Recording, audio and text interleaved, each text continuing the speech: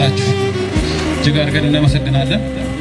ክቡር አቶ ክፍሌ ለማ የቦሌ ክፍለ ከተማ ብልጽግና ፓርቲ ጽሕፈት ቤት ኃላፊ፣ ክቡር አቶ ሀብተየስ ዲሮ የኮሚሽናችን ምክትል ኮሚሽነር፣ ክቡር አቶ ጥበቡ የኮሚሽናችን ጽሕፈት ቤት ኃላፊ፣ የተከበራችሁ የህብረት ስራ ጽሕፈት ቤት ኃላፊዎች፣ የተከበራችሁ ከገንዘብ ቁጠባ ከሌሎች ተቋማት የመጣችሁ አመራሮች፣ የተከበራችሁ ከቦሌ ክፍለ ከተማ ለዚህ ፕሮግራም እዚህ ቀደም ብላችሁ የተገኛችሁ፣ ከሁሉ አስቀድሜ እንኳን ለሰባተኛው ሀገራዊ የአረንጓዴ አሻራ ንቅናቄ ያደረሳችሁ እንኳን ደህና መጣችሁ ማለት ፈልጋለሁ።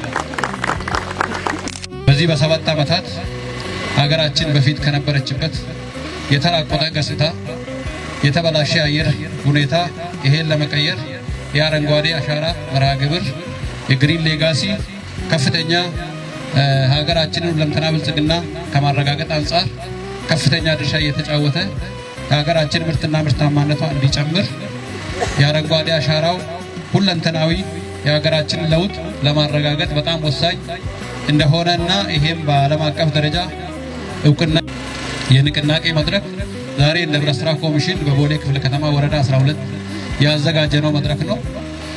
በዚህ መድረክ ላይ ቅድም የጠቀስኳችሁ ሰዎች በተጨማሪም ከቦሌ ክፍለ ከተማ በዚህ ፕሮግራም ላይ የተገኛችሁልን በጣም ይቅርታ የምንጠይቀው ዘግይተን የመጣ ነው። በጠዋት ነው የመጣችሁት። ምክንያቱም ሰራተኞቹ በሰርቪስ ስለሚመጡ ነው። ቅድሚያ ይቅርታ እንጠይቃለን። መልካም የአሻራ ማኖር ጊዜ እንዲሆንልን እንመኛለን። በመቀጠልም ያው ቅድም የብልጽግና ጽሕፈት ቤት ኃላፊ እንዳሉት መትከል ብቻ አይደለም፣ ይሄ ቦታ በጣም ጥሩ ቦታ ነው ለመንከባከብም በቀጣይም በዚሁ ደረጃ ተንከባክበን የተከልናቸው ችግኞች እስከሚጸድቁ እስከሚያድጉ ድረስ እንክብካቤያችን አይለይም። ይሄን አጠናክረን ተቋም እናስቀጥላለን። መልካም የአሻራ ማኖር ጊዜ እንዲሆንላችሁ እንመኛለን።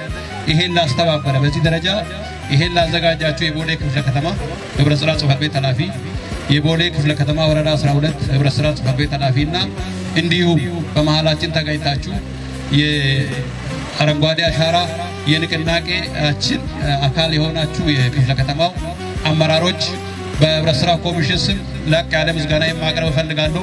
እጅግ አድርጌ አመሰግናለሁ። ዓለም ስትፈጠር ዛፍ መትከል የሰው ልጆች ተግባር አልነበረም።